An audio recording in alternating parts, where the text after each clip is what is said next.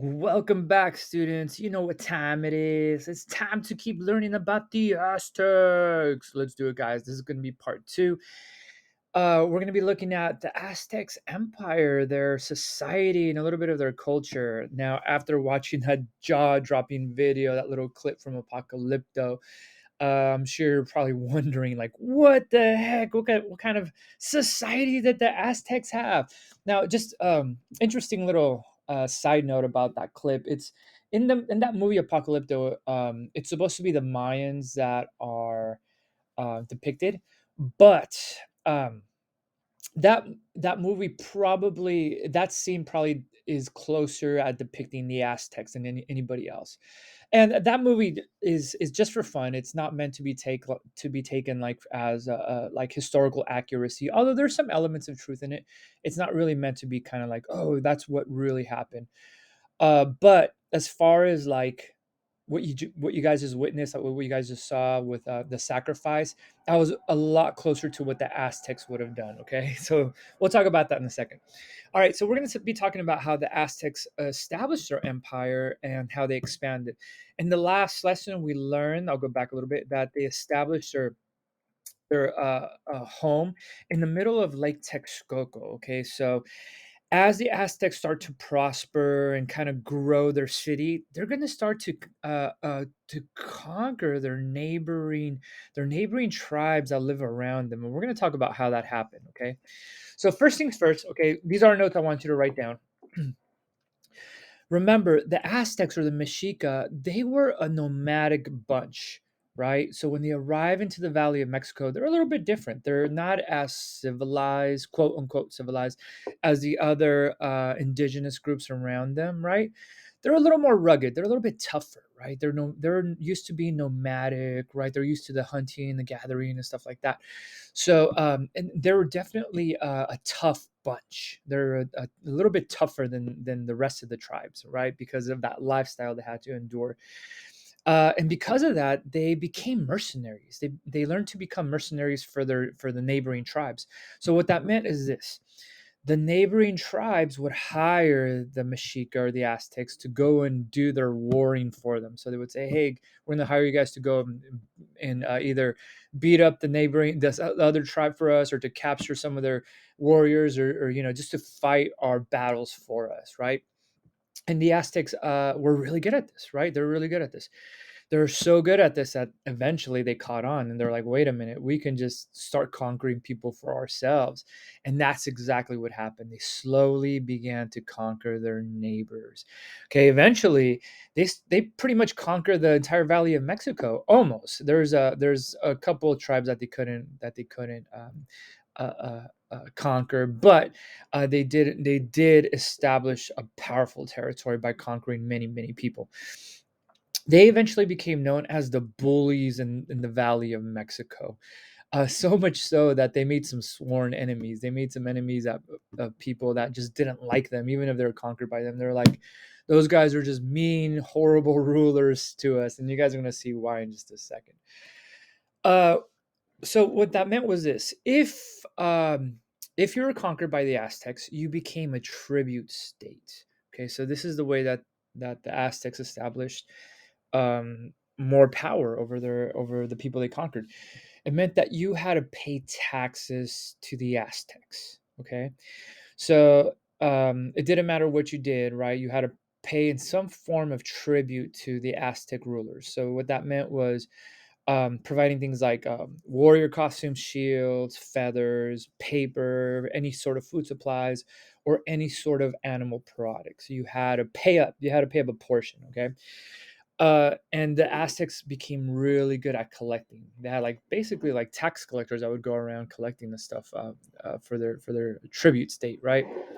And if you failed to pay up, it wouldn't go so well for you, right? The Aztecs can take your property away. They can, things would go really bad for you. So you had to make sure and pay up, right? Okay, so that was the way that they started to really grow and become prosperous, right? As they conquer those neighboring tribes. All right, put a pin in that. We'll come back a little bit to the way that they treated some of their neighbors in just a second. But let's talk a little bit about how the Aztecs organized their society. Okay, a little bit of Aztec culture and society. Okay, so let's talk about their social structure. Social structure. Okay, first of all, let's start at the very top. So the royal family, the rulers of Aztec society came from the royal family. And if you're chosen to be a ruler, or if you're part of the royal family, you're expected to be dignified and brave.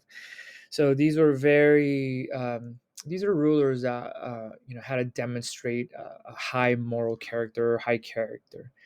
If you were a noble, which meant that you were still very high up there, okay, it meant that you were part of the priest society, the military society, or some sort of government leader. Okay, if you're a part of that group, you're well off. You're going to be pretty okay. It meant that you had special privileges. You could wear fine clothing. You had nicer homes. You had servants. Remember in the Mayan society, it meant that you could drink chocolate. You had access to things like chocolate, right? The merchants were another powerful group of people because, of course, they made a lot of money. So they would do things like import goods. They would trade jade, quetzal feathers, obsidian goods, and merchants would travel a very long distance to trade their goods. You guys are going to see when we look at the city of Tenochtitlan and how it worked a little bit closer, how the merchants, how important merchants and markets were. Okay, so these are going to be the ruling classes. Okay, write these down. Make sure you get them down in your notes. Okay, and you can see there's a lot of similarities here between the Aztec social structure and the Mayan social structure. All right, let's go ahead and move on to the lower classes. Okay, these are going to be the people that are going to be considered commoners, right, or lower classes. So if you're a commoner, like an everyday person, that meant that included people like the farmers, laborers, craftsmen, servants, smaller vendors. And usually commoners would live in smaller quarters, smaller parts of the of Tenochtitlan called Calpulis. These were like low income neighborhoods just like segregated, sectioned off neighborhoods, separate neighborhoods, right, for those people. Serfs were it's very much like being a step up from maybe being a slave, right? It meant that you had to work the fields or work people's homes. You had some freedom, but you're still considered inferior. Okay, so serfs would be people that could either be purchased or uh, they're like captives of war.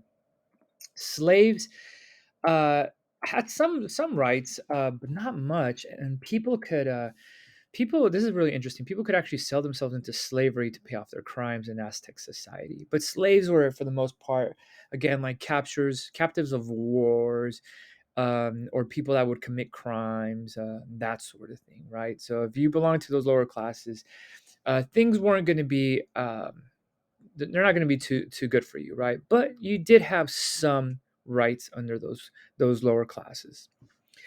Okay, so those are going to be the lower classes of the Aztec social structure. Social structure. Okay, now we're going to go ahead and take a look at Aztec religious beliefs. Okay. All right, so this is going to be very much connected to the video that you guys saw, and you guys probably have a lot of questions about human sacrifice and the Aztecs. Um, so remember, the Mayans also practiced human sacrifice, but nowhere on the same level as the Aztecs. The Aztecs really did take it to a whole new level. Okay, a part of the reason that the Aztecs sacrificed more and they took it to a whole new level was because it probably was connected to their environment a little bit more and kind of their power that they had over their neighboring tribes. So one thing that the Aztecs really felt was that they were at nature's mercy. So if you guys remember when we looked at plate tectonics and we looked at the zone of Mesoamerica, hopefully you guys remember that this is a very active zone for like earthquakes, volcanoes, right? There's very big, large volcanoes in very close to Mexico City. There's a very famous one. Um, and because of that, earthquakes were very common, right? And these are phenomenons that ancient people couldn't really explain, right? The Aztecs didn't really have an explanation for things like earthquakes and volcanoes, so volcanoes erupting. So they would interpret that as the gods being unhappy, the gods being angry, right? So that was part of the uncertainty that the Aztecs felt, and one of the ways that they could make things okay with the gods was by appeasing them through the sacrifice, through human sacrifice. Okay, so what that meant was giving life. There is no more higher sacrifice in a society than giving life, right? Now, for the Aztecs, that meant giving uh, the lives of people that sometimes didn't want to give up their lives. So that meant war captives. So again, the Aztecs were really good at war. They're really awesome at war and capturing captives. So what would happen to those captives many times is that they would be sacrificed. So if you've seen that movie Apocalypto, that is kind of realistic in that they would capture neighboring tribes, people from neighboring tribes, to be sacrificed, to be taken to their city, the center of their city. They would be taken up to their major pyramids, or it was called the Templo Mayor, in the center of Tenochtitlan, and they would be sacrificed for all to see. And it was a very violent sacrifice, as you guys remember from the video. What it meant was that you would get your heart taken out by an Aztec priest who had a very sharp obsidian knife. They would be able to remove your heart in about 3 seconds flat because it was so sharp. In fact, they would remove it so quickly that your heart would still be beating. People would say that you'd be able to see your own heart, but chances are you'd probably go into shock and your systems would just short circuit, and you would probably, I'm guessing, die. I don't know. I've never had my heart taken out of my chest, and I hope not to, but that's just my guess. Okay. uh and one just to give you an idea, guys, of how serious the Aztecs took to human sacrifice. There's days that the Aztecs chronicled in their history where thousands of people would be sacrificed in one day. Thousands, right? And if you ever go to Mexico City and go to the museums and you see the ruins of the pyramids, one of the things that the Spanish came across when they got there would be like these huge walls of human skulls. So as humans would be sacrificed, it would save the skulls, and they would kind of like do like these decorative walls with the human skulls. And you can go to Mexico City and actually see like replicas or like pictures of what the archaeologists found and stuff like that. It's really, really interesting. Pretty gruesome, but pretty interesting. So yeah, there were days where thousands of people would be sacrificed to appease the gods. Right now, again, guys, really important. Let's try not to judge other people's cultural beliefs. So let's try to understand them. Right. So the Aztecs really did feel like they had to appease their god to keep their way of life going, to keep living, right? So it's really important for us to keep that in mind, right? Another really interesting thing about Aztec belief, religion, is that they had a prophecy, a really interesting prophecy that proved to be part of their downfall. And that is that they waited for the return of Quetzalcoatl, the feathered serpent, or Kukulkan to the Mayans. And according to their calendar system, or to their prophecy, he was set to return. Quetzalcoatl was set to return in the year 1519, which turned out to be a very eventful, fateful day that somebody did show up, but it wasn't Quetzalcoatl. I'll kind of leave you guys with that little bit of that foreshadow. Okay, so again, guys, really important for us to understand Aztec religion. They didn't do this because they're quote unquote evil. They didn't do this because they're cruel. Although, yeah, there's probably elements of cruelty in ripping out someone's heart that doesn't want to be sacrificed. They really did feel like they had to appease the gods to keep life going. right? And here's an artist rendition of what you guys just saw through that video. Again, uh, it's a very violent, very quick death. Pretty freaky. Pretty freaky, right? I think that of all the ways to go, I think that would probably be the scariest for me. Is getting sacrificed, but, and not wanting to be sacrificed. Oh man. Okay, guys. In our next lesson, that concludes today's lesson. We're going to be looking at the city of Tenochtitlan with a little bit more detail. We're going to be looking at how awesome, awesome, awesome, awesome it really was. All right. Okay. Excellent job, guys, listening. Talk to you soon.